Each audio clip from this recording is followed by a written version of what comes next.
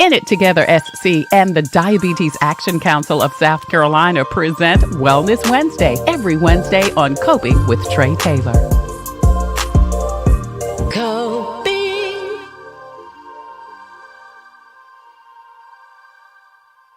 I'm Tre Tailor, and the Autistic Pride Day was first celebrated in 2005 by Auspice for Freedom. AFF is a group that raises public awareness about autism and autistic rights. And they show that autism is not a disability, but in fact, has many advantages. The June 18th date was selected because it was the birthday of the youngest member of the group at that time. Amanda Cruell Anderson is a special education teaching assistant and mom of autistic children. Amanda, thank you so much for joining us today. Thank you for having me. Absolutely, absolutely. Tell us about your children. Here's a beautiful picture of your family. Tell us about your children.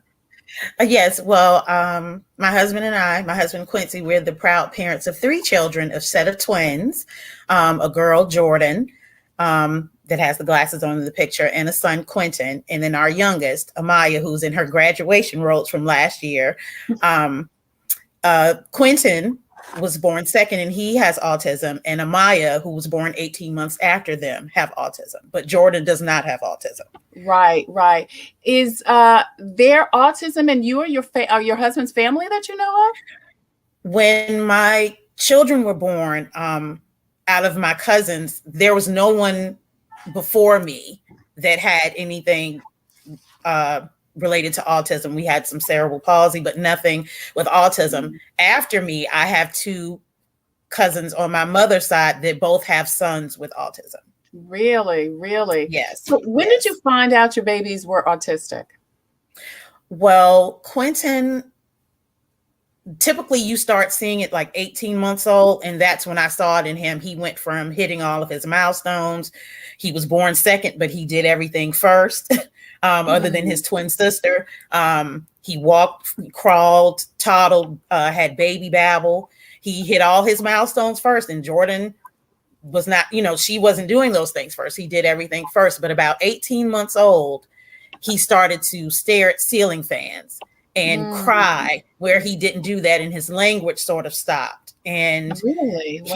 he didn't want to eat more solid food, the transition to more solid table food. He didn't want to do that. He seemed to be sensitive to light and sound. He would cover his ears, and it definitely was notable. And I went to the doctor many, many times and was dismissed because they were comparing him to his, they were comparing him to his twin sister, who, well, girls develop faster and you can't compare it to his twin. And I'm like, well, he's doing everything first, so that doesn't make sense. Right. And right. The doctor also told me that he was jealous of the new baby that had came home when he was 18 months old. So he was regressing because of the attention that the new baby was getting. So it was really a struggle to get him diagnosed. He wasn't officially diagnosed until he was 4.5. Oh my goodness. But he started showing symptoms that you saw at 18 months. Wow.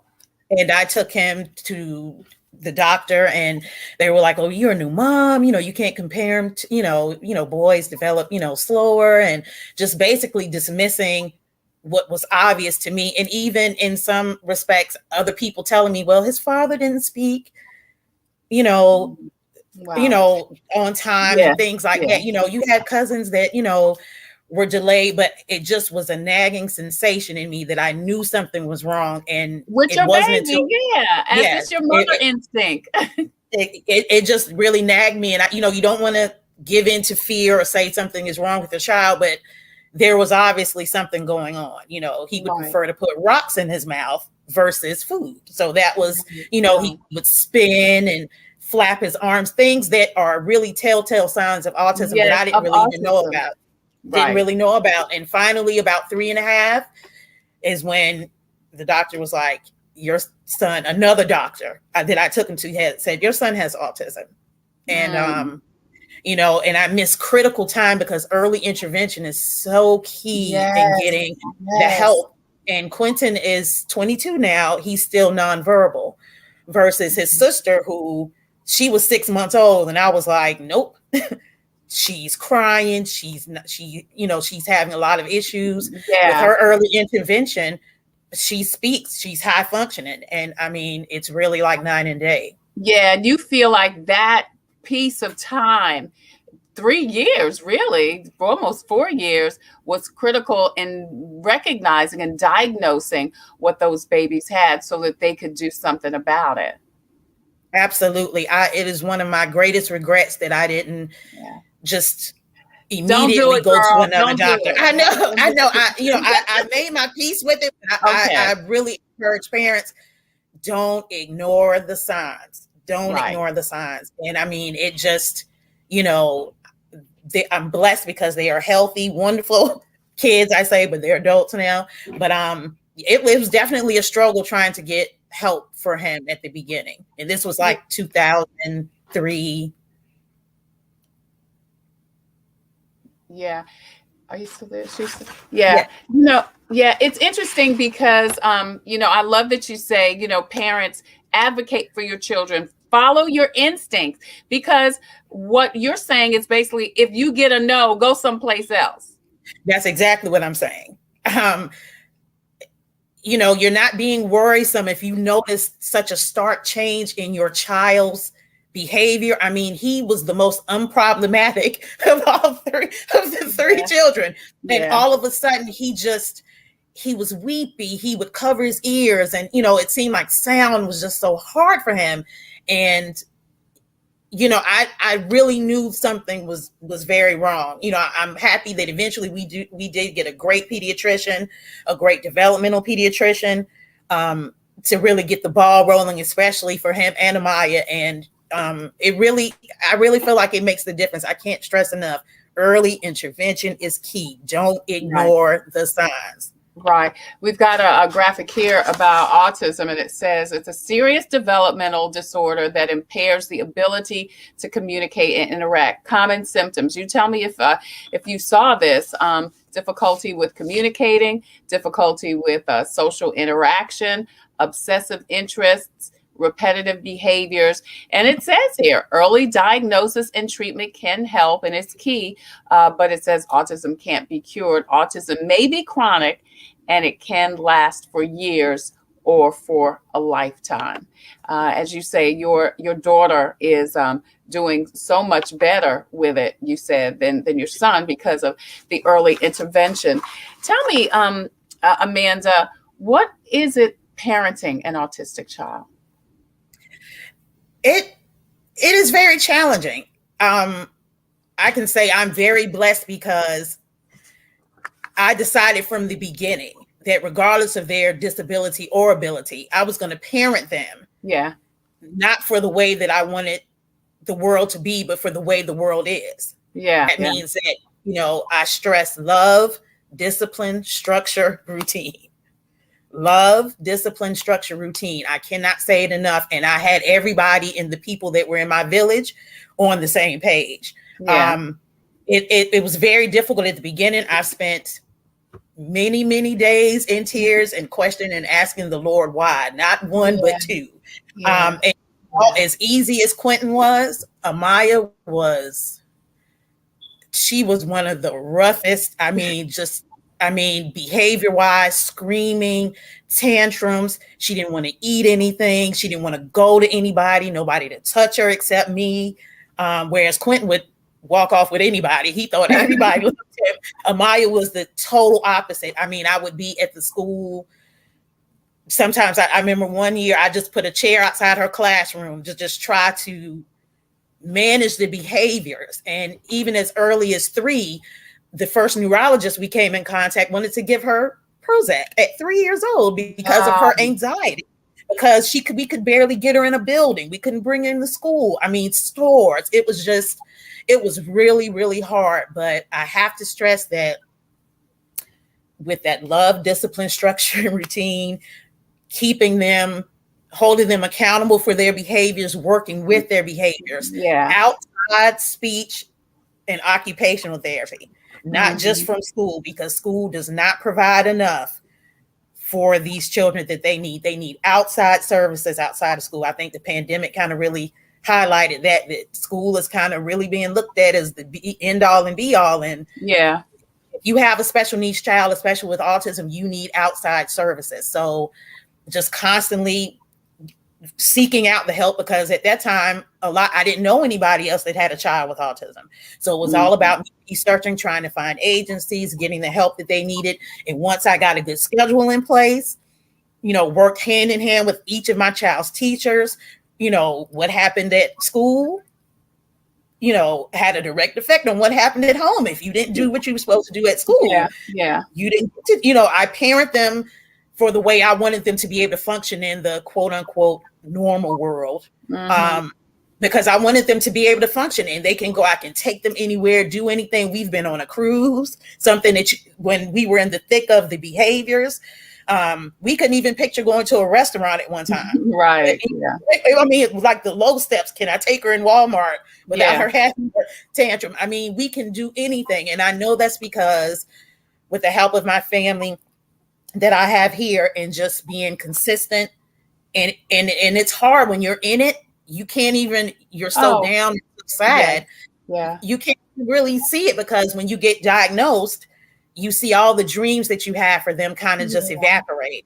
And then you have like some medical professionals that actually told me on the day of diagnosis for my son, this is the worst state to live in if your child has autism. Literally said that in the meeting. And I said, well, along with giving me the divorce rate, the divorce rate, if you have one child with autism, is, it's 80%. So I looked at my husband and I said, well, we have 160% chance of getting divorced because we have two. It just seemed in the early 2000s, there just wasn't enough support. And now parents are so blessed because there's so many more agencies. ABA therapy is provided, and it's just so many things. So I don't want parents to have a child with autism to be discouraged, because I'm telling you, you can do it. You get the help that you need, get a system in place, and you'll be able to see your way through it, and you just dream other dreams for them. It's definitely a process, but there is happiness in it. It definitely is. Amanda Cruell Anderson joins us. It is Autism Pride Month, and we are talking about her journey as an educator and parent of two children with autism. So, Amanda, tell me about some of those resources for those folks, and this is a picture of her beautiful family.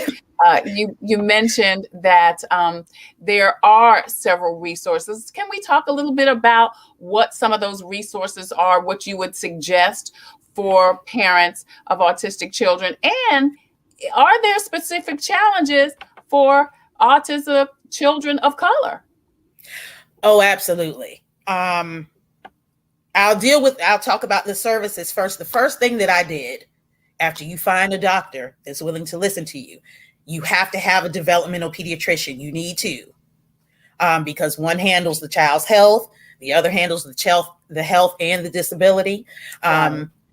Get referrals for services through your doctor. They can refer you to outside speech agencies, outside occupational therapies.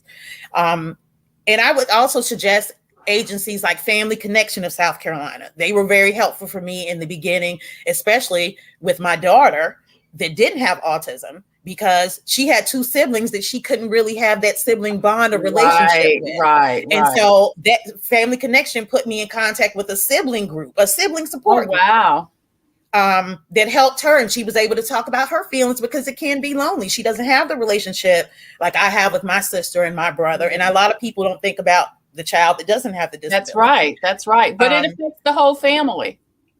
It affects the whole family. I mean, but agencies like Family Connection, the Autism Society, I worked a lot with, and most of my kids were under the Richland Lexington Disabilities and Special Needs Board for care coordination services. And that helps you get on waivers and things that you need. For incontinence supplies, a lot of kids with autism aren't potty trained. It's very hard to potty train. So there are a lot of waivers and support things like that you can actually get on. So I would advise you to go look them up. Autism services. There are even more schools and now just for kids with autism that there were not when I first started this journey. So there are a lot of agencies, and also find a support group for moms, parents, to find other parents like you. It's a wealth of resources when you find a group of other people like you, because if you don't have a child with autism, you kind of really don't understand what it's really like in the trenches. But we do appreciate the support, though, and the encouragement from people that don't have kids with autism, obviously.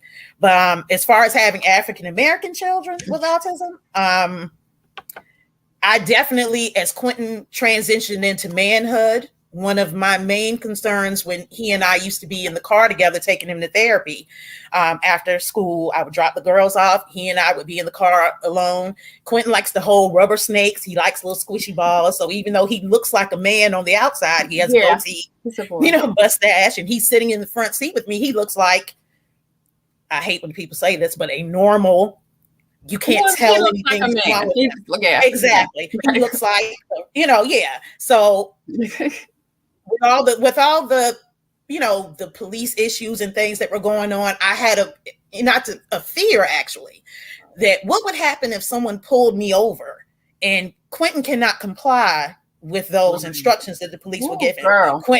Quentin does this, he rocks. So what if the police officer thinks that he's hiding something or he's moving suspiciously? And it sent a fear in my heart that I never had before, until I looked at him and was like, oh gosh, you are a man. Yeah. You're my baby, and you still hold my hand in the store. You're a black man. You're a black man. But you're a black man. Of everybody else, you're another black male. Exactly. And it sent fear in my heart. And I did reach out to like the sheriff's department, and I contacted some lawmakers, and I was, trying to say, well, maybe, they could put something on my license tag or something on the tag of anybody that had him, that when they scan, because a bumper sticker is not going to do it. I don't think if you see autistic kid on board, they're going to pay attention to that. But I felt that if they scanned my license tag and it said it may be a person with autism that will not communicate, that they will approach with caution. And I went to the sheriff's department, and they were like, well, that's an issue for the DMV. And I went to the DMV, and the DMV was like, that's an issue for the sheriff's department. It was just, I never got any feedback on it, but it's still something that I obviously think about. What will I do if, something happens like that? And you don't want to think that something would ever happen like that, but in the current climate that we're in, it's a possibility. Yeah. And, so those are things that I think about, especially with our kids with autism, with communication issues. How will we deal with that? I mean, I have, he has ID, but he doesn't carry it. I carry his ID. Right. He has no concept of, I'm supposed to give this to the officer if he asks for it. What do I do? He could have a bracelet on. We had bracelets made for them, but the officer's not going to see the bracelet when he's in the car.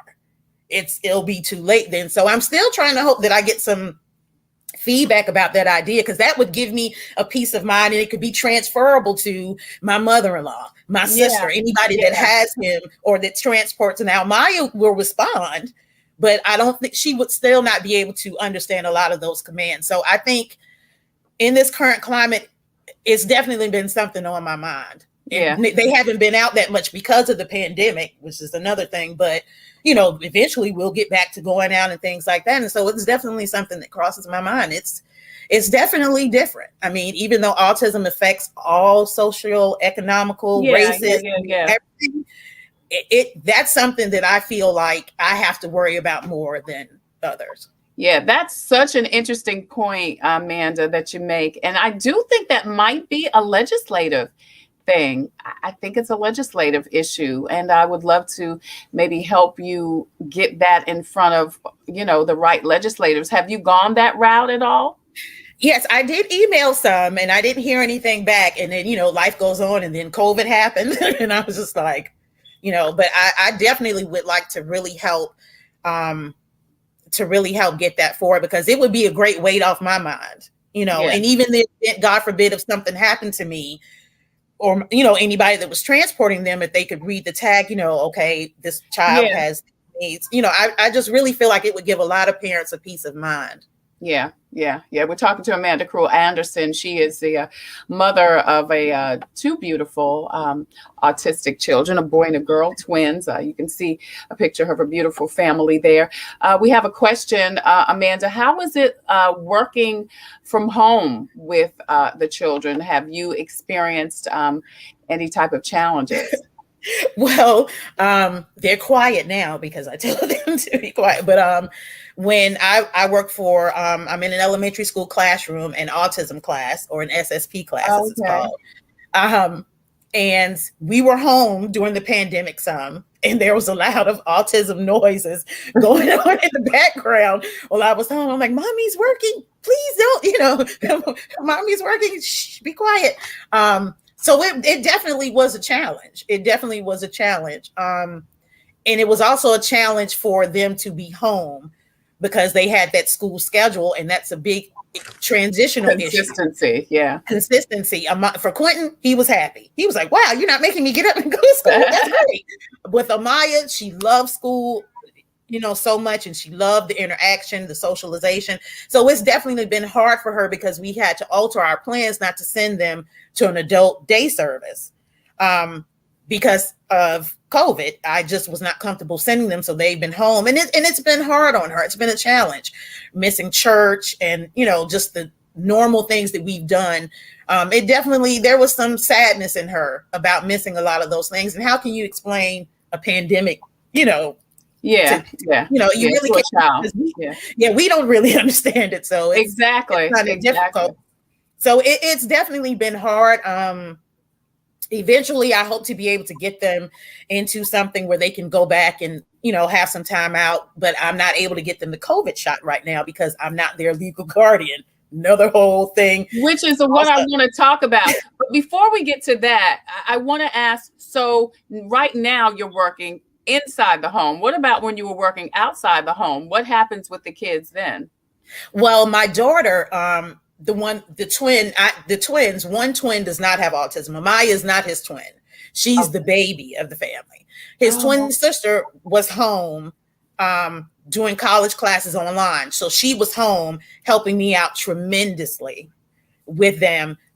So they didn't really have to go anywhere. They were, while I was at school, she was here with them because, they're 22 and 20. So she was here. My husband didn't go to work until it was almost time for me to come home because he works at the hospital. So okay, good. So you guys were able to coordinate your schedules. Yes, our schedules. Yes, well, he goes in kind of when I'm about to leave work, and comes home. So it worked out, thankfully, for us. Obviously, Jordan won't be here that much longer because she's finishing up school, and I'll have to reevaluate what I do as far as with Quentin and Amaya. But yeah, it definitely, COVID definitely was, just kind of threw a monkey wrench in a lot of our plans that we had for them.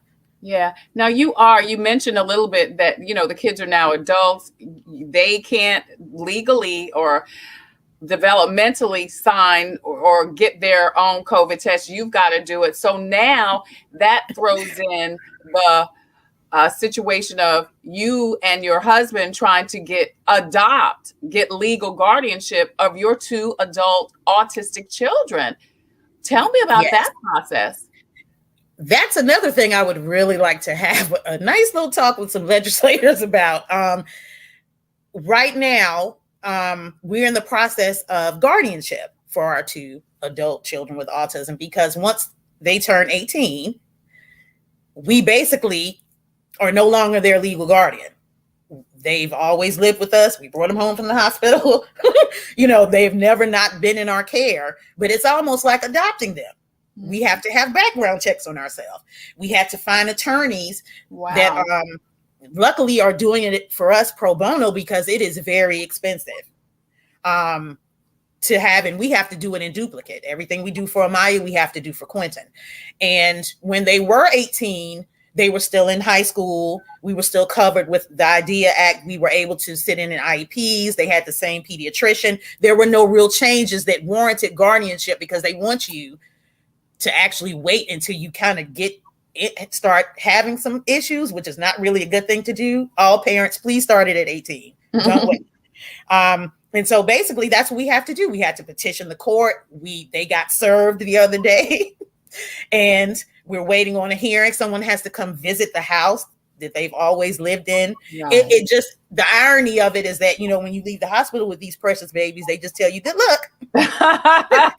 You know, they don't come to a home Here's visit. the thing, girl. They shouldn't. They should do more check. Not with you. Yeah. But there should be more checking of who can get to keep their babies. Absolutely. I mean, I was like, they say, do you have car seats? Okay, good. Good luck to you with these twins. And then the next 18 months later, good luck with this baby. But, you know, now that they're adults, you want to come and see their home. You want to do a background check on my husband and I. And I mean, it's just a lot of people, most people do not have the money to do this. Right. And you can try and save, but like with autism, there are expenses that just, you know, over time. And I wasn't able to work. My husband was the only one working at the time because we had two. Right. So it was very difficult. So right now we're in the guardianship process. So even something as simple as a COVID shot, wow. I can't take them to get a COVID shot because Quentin can't speak. And Amaya would literally probably sign her life away. She would just, yay, you know, I write my name. I like to write. So she would just write her name on the paper. So those are the issues that we are dealing with now. Wow. And it's just amazing that you never really think about that kind of stuff until you don't. Until you have to. You don't think about it until you have to. Yeah, Amanda Cruell Anderson joins us. She has been telling us about her journey with two autistic children. She's been giving us some amazing information, insight, and she has a beautiful family. And Amanda, before we go, I want to talk a little bit about, and I'm sure you know about Toni Braxton's child, Chilch, you know, her son Diesel, and she's been very vocal about his autism diagnosis. And a couple of years back, she said he was cured or he was no longer autistic. Are you familiar with that? Yes. Not only her, who I love, Toni Braxton, absolutely. Jenny McCarthy also has a son, right, with autism. Well, and I have heard that they said that they can be cured. What I would say to that is, if you are able to afford the intensive therapy, the special diet that they think plays a part in a lot of that things, I think the more resources that you have, the better chance your child has of not seeming like he has autism anymore. Does that make sense? Yeah. I hear you. Mm-hmm. I think that if, you know, we had the money and the resources to have these intensive therapies, you can get to a level of function where it does not look like you have autism. I don't really, you know, my personal opinion is that, you know, if they feel that they're cured, then, you know, but I think that you can still really see, if you're an autism mom, I can definitely see autism still present. But they may be on a different form of the spectrum. They may. Yes, because it's definitely a spectrum. Quentin is considered severe because he's nonverbal. He had some like issues with motor function and things like that. Amaya, you know, she can speak and she'll answer you, but she's not a conversational speech person. Yeah. Like she won't, you know, you have to prompt her with conversation, but she can tell you anything you want. So, you know, if you've seen one kid with autism, they say you've seen one kid. It's so vast. There's so many different levels and degrees of it that you might speak to people every day and don't know they have autism.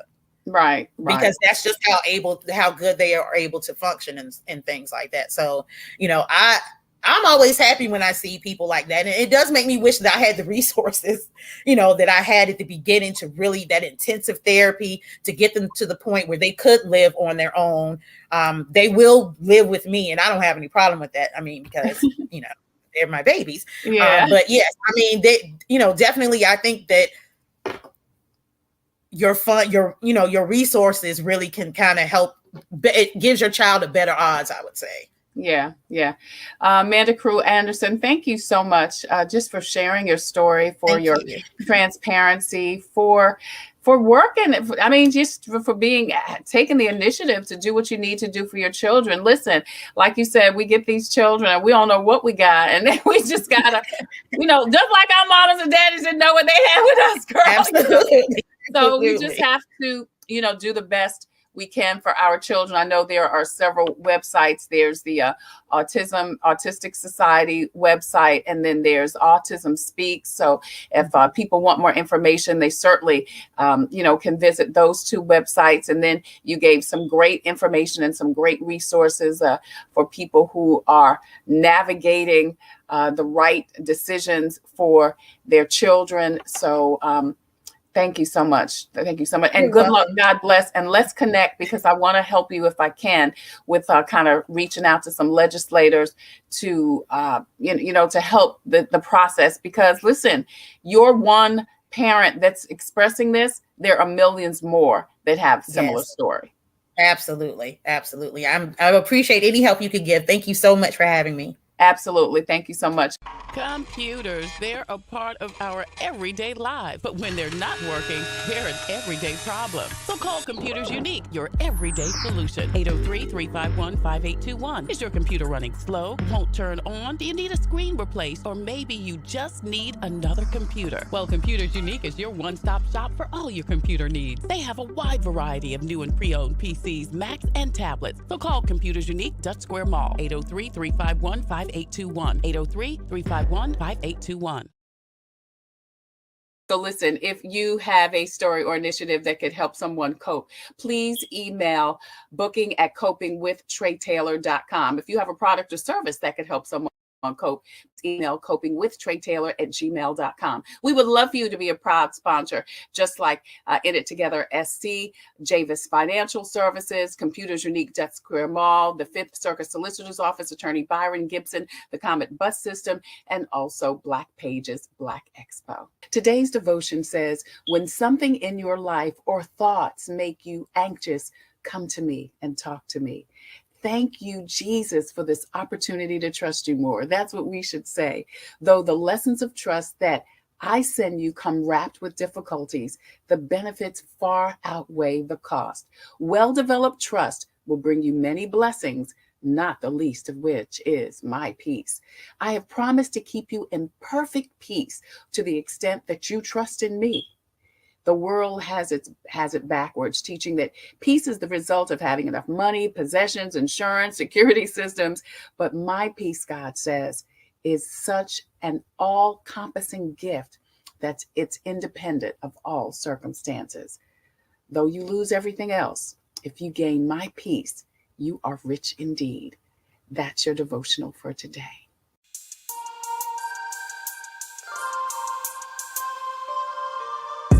Coping, find peace of mind to survive through whatever. Coping, learning the way that we thrive all together. Coping, finding out what's real. Coping, we can heal, we can heal, we can heal. Coping with stress. Coping with stress.